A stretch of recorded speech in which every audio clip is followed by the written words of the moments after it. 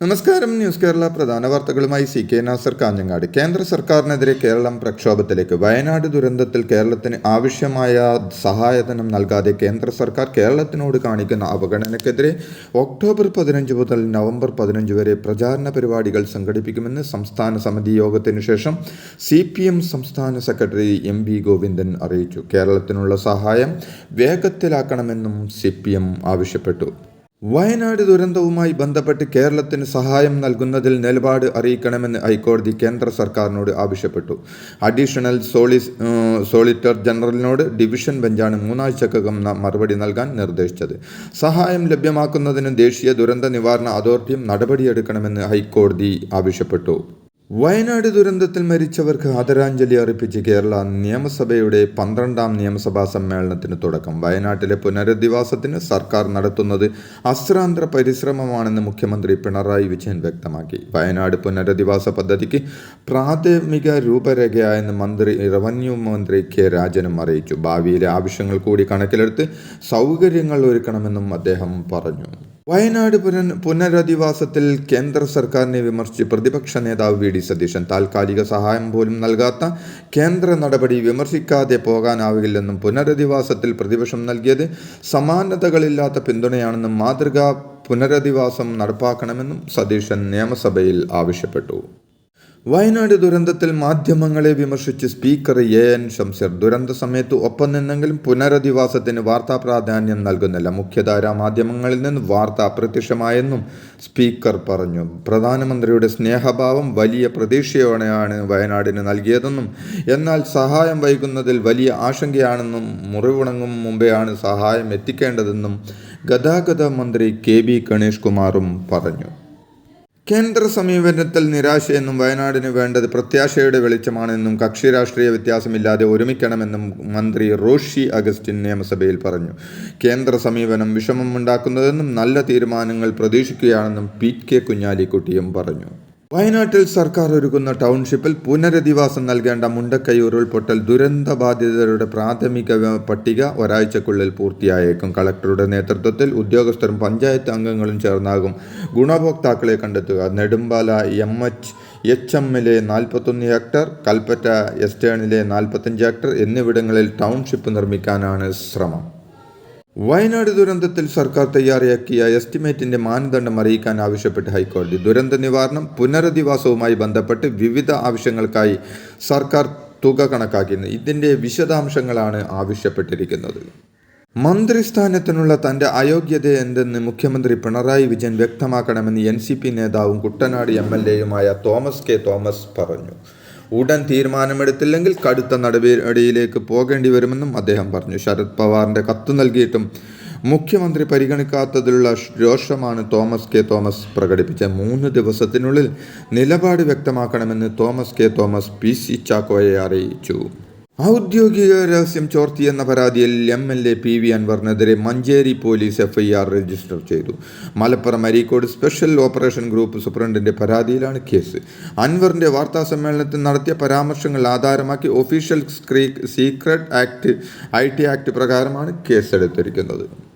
സർക്കാരിനും പോലീസിനുമെതിരെ വീണ്ടും വിമർശനവുമായി MLA PV അൻവർ. താൻ കുത്തുന്നത് കൊമ്പനോടാണെന്നും തന്നെ വളഞ്ഞിട്ട് കുത്താൻ ശ്രമിക്കുന്നത് കുങ്കിയ അനകളാണെന്നും PV അൻവർ പരിഹസിച്ചു. ചുരുങ്ങിയത് 100 കേസുകൾ വരുമെന്നും കേസുകൾ സ്വയം വാദിക്കാൻ LLBക്ക് പഠിക്കാൻ പറ്റുമോ എന്നതാണ് ചിന്തിക്കുന്നതെന്നും PV അൻവർ പറഞ്ഞു.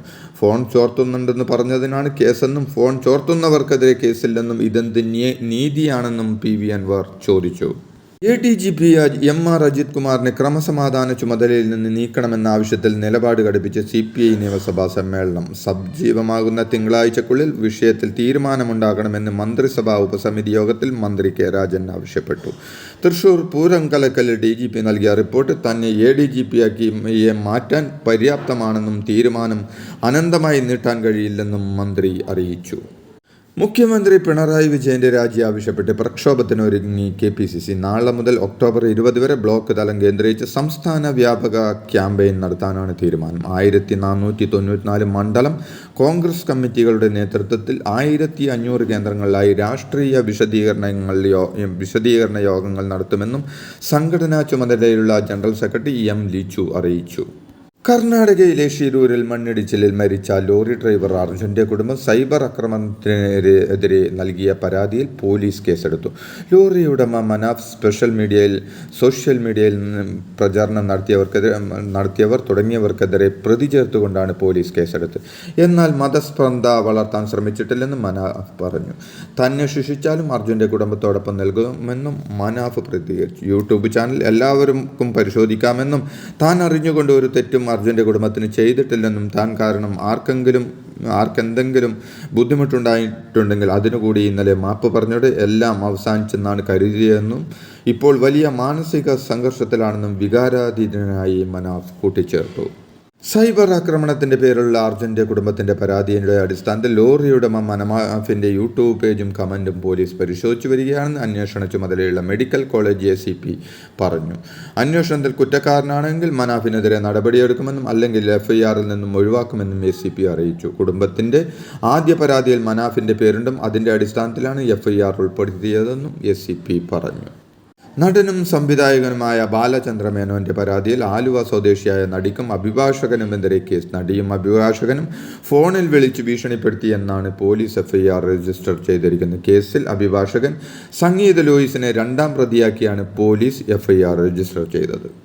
പോക്സോ കേസിൽ നടിയുടെ മുൻകൂർ ജാമ്യാപേക്ഷ കാസർഗോഡ് ജില്ലാ സെഷൻസ് കോടതി തള്ളി. നടന്മാർക്കെതിരെ ലൈംഗിക ആരോപണം ഉന്നയിച്ച് പരാതി നൽകിയ നടിക്കെതിരെ ബന്ധു കൂടിയായ പെൺകുട്ടി നൽകിയ പരാതി പ്രകാരമാണ് പോക്സോ കേസ് രജിസ്റ്റർ ചെയ്തത്.